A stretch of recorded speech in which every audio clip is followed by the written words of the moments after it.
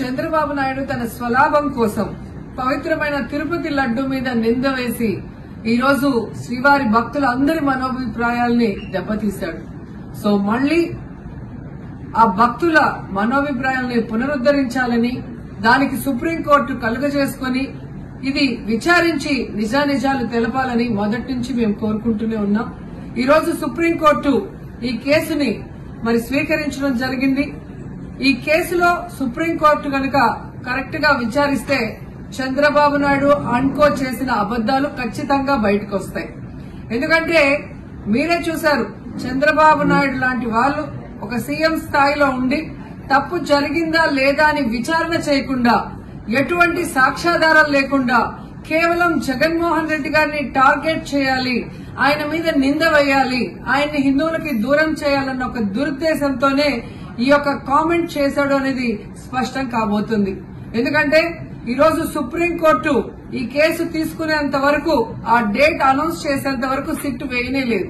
అంటే ఉన్నత స్థాయి విచారణ ఎక్కొట్టాలి, ఉన్నత స్థాయి విచారణ జరిగితే తాను చెప్పిన అబద్దం బయటపడుతుందన్న భయంతో సిట్ ని హడావిడిగా ఏర్పాటు చేయడం మనందరం కూడా గమనించాలి.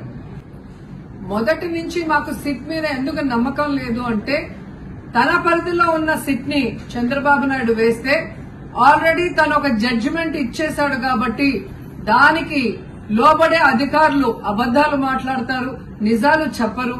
ఎందుకంటే ఈ రోజు సిట్ లో వేసిన అధికారి అడిషనల్ డీజీ, ఆయన కన్నా పెద్ద ర్యాంక్ లో ఉన్న టీటీడీ ఈఓ, ఐఏఎస్ ఆఫీసరు మొదట మాట్లాడిన స్టేట్మెంట్ కి చంద్రబాబు నాయుడు గారు అబద్దం చెప్పిన స్టేట్మెంట్ తర్వాత మాట్లాడిన దానికి తేడా చూస్తేనే ఈ సిట్ అనేది సిట్ అండ్ స్టాండ్ కి తప్ప దేనికి పనికిరాదనేది అర్థమైంది.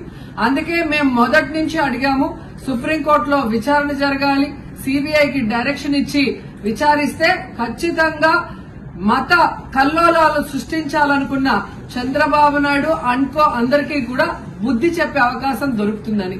సో ఈ రోజు విచారణ స్టార్ట్ అయింది. దీన్ని సిబిఐకి అప్పచెప్పి సిట్టింగ్ జడ్జి పర్యవేక్షణలో విచారణ జరిగితే ఖచ్చితంగా హిందువుల మనోభిప్రాయాల్ని గౌరవించిన వాళ్ళమవుతాం, పునరుద్దరించిన వాళ్ళమవుతాం. లేకపోతే చంద్రబాబు నాయుడు వేసిన ఈ నింద పవిత్రమైన లడ్డూని తినాలా వద్దా, దీంట్లో కలిసిందా లేదా అన్న అనుమానంతోనే భక్తులందరూ కూడా ఈరోజు లడ్డూ తినకుండా వెళ్లిపోతుంటే ఒక తిరుపతి అమ్మాయిగా చాలా బాధేస్తుంది. ఈ రోజే అలగర్ కోయిల్ మదురై దగ్గర దక్షిణ తిరుమల చాలా పవిత్రమైన టెంపుల్. ఇక్కడ భగవంతుడిని కోరుకున్నాను, ఖచ్చితంగా సుప్రీంకోర్టు ఇన్వాల్వ్ అయి ఈ కేసుని విచారించాలి.